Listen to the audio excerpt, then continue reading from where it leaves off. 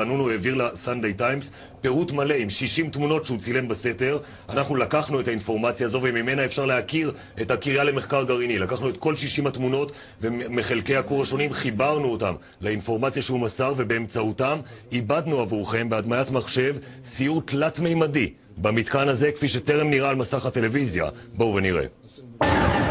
רק ככה, מהחלל אפשר לצלם את האתר הסודי ביותר של מדינת ישראל. שום מטוס לא מורשה לטוס כאן. רק עדותו של איש אחד, מרדכי ואנונו, חשפה מה מתרחש בתוך שורת המבנים הזאת, מוקפת הדקלים, שורת המכונים כפי שהם נקראים כאן. זה מכון מספר 1, הסמל של דימונה, כיפת הכור הגרעיני שמתנשאת לגובה כ-20 מטרים. עד היום ראינו אותה רק מרחוק, ואנונו לקח אותנו פנימה, לתוך הכור. הצרפתים בנו אותו, כור מים כבדים בשנות ה-50. עוצמתו המוצהרת 24 מגוואט, וזה הסוד הראשון שחשף ואנונו. עוצמתו של הכור גדולה פי 3 אולי אפילו פי 5 ממה שסברו עד היום. הכור הזה, גילה ואנונו, מייצר 40 קילוגרם פלוטוניום לשנה, כמות מספקת לייצר 10 פצצות גרעיניות בשנה.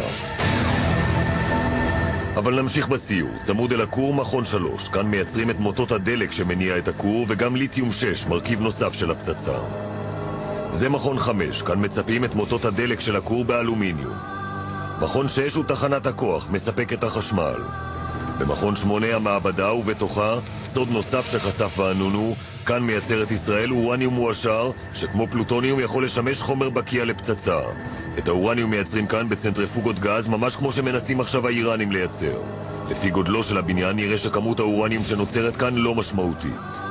נמשיך. גם כאן במכון 9 מייצרים אורניום מועשר, תוך שימוש בלייזר, פטנט ישראלי ייחודי.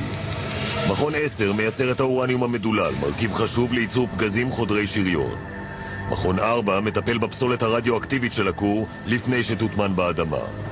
וזה, בניין ארוך בין 2 קומות ללא חלונות, זה הסוד הגדול של דימונה, מכון 2.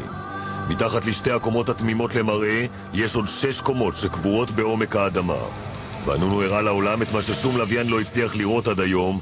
כאן הקימה ישראל מפעל להפרדת פלוטוניום שתכליתו אחת, לייצר פצצות אטום. בשנות ה-60 ביקרו פקחים אמריקנים בקומה הראשונה של המבנה. הם ראו את המסעדה והמשרדים, קיר מיוחד שנבנה שם, הסתיר מעיניהם את המעליות שיורדות למטה, לתוך האדמה. אבל נצא שוב החוצה. משאיות מביאות מן הכור את מוטות האורניום שעברו עיבוד. דרך הדלתות הגדולות תופס מנוף את המוטות ומוריד אותם לחלל הייצור הגדול בעומק 4 קומות.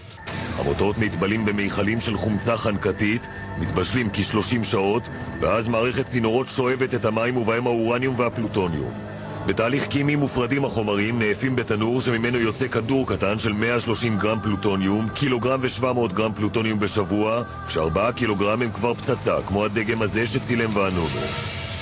ממפלס 2 אפשר לצפות על התהליך. מרפסת הוקמה כאן לאורחים רמי מעלה, מכונה מרפסת גולדה. וזה חדר הבקרה, כפי שצולם על ידי ואנונו. רק 150 עובדים מורשים להיכנס לכאן, מבקרים רק ראש הממשלה, שר הביטחון וקבוצה קטנה של שותפי סוד. מצויד במצלמה נסתרת, ואנונו הסתובב בין החלקים השונים של מכון 2 וצילם. לא רק פלוטוניום מייצרים כאן, במפלס 4 גילה ואנונו מייצרים חומר הנקרא טריטיום, שמשמש לייצור פצצות טרמוגרעיניות, פצצות בעלות עוצמה רבה עוד יותר מפצצת אטום רגילה. כאן מיוצרים עוד 2 חומרים הכרחיים לפצצה, ליתיום ודיטוריום.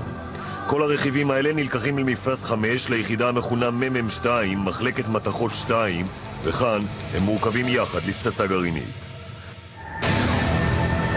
במפלס מתחת חדר אירוח שבו צילם ואנונו את מה שמומחים זיהו כדגם של פצצה טרמוגרעינית ישראלית בעוצמה של פי 10 מהפצצה שהוטלה על הירושימה.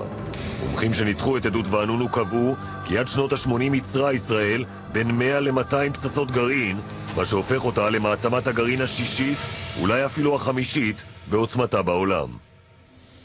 כן, ואת עיבוד המחשב הזה עשינו אך ורק על בסיס הנתונים שמסר מרדכי ואנונו לסנדיי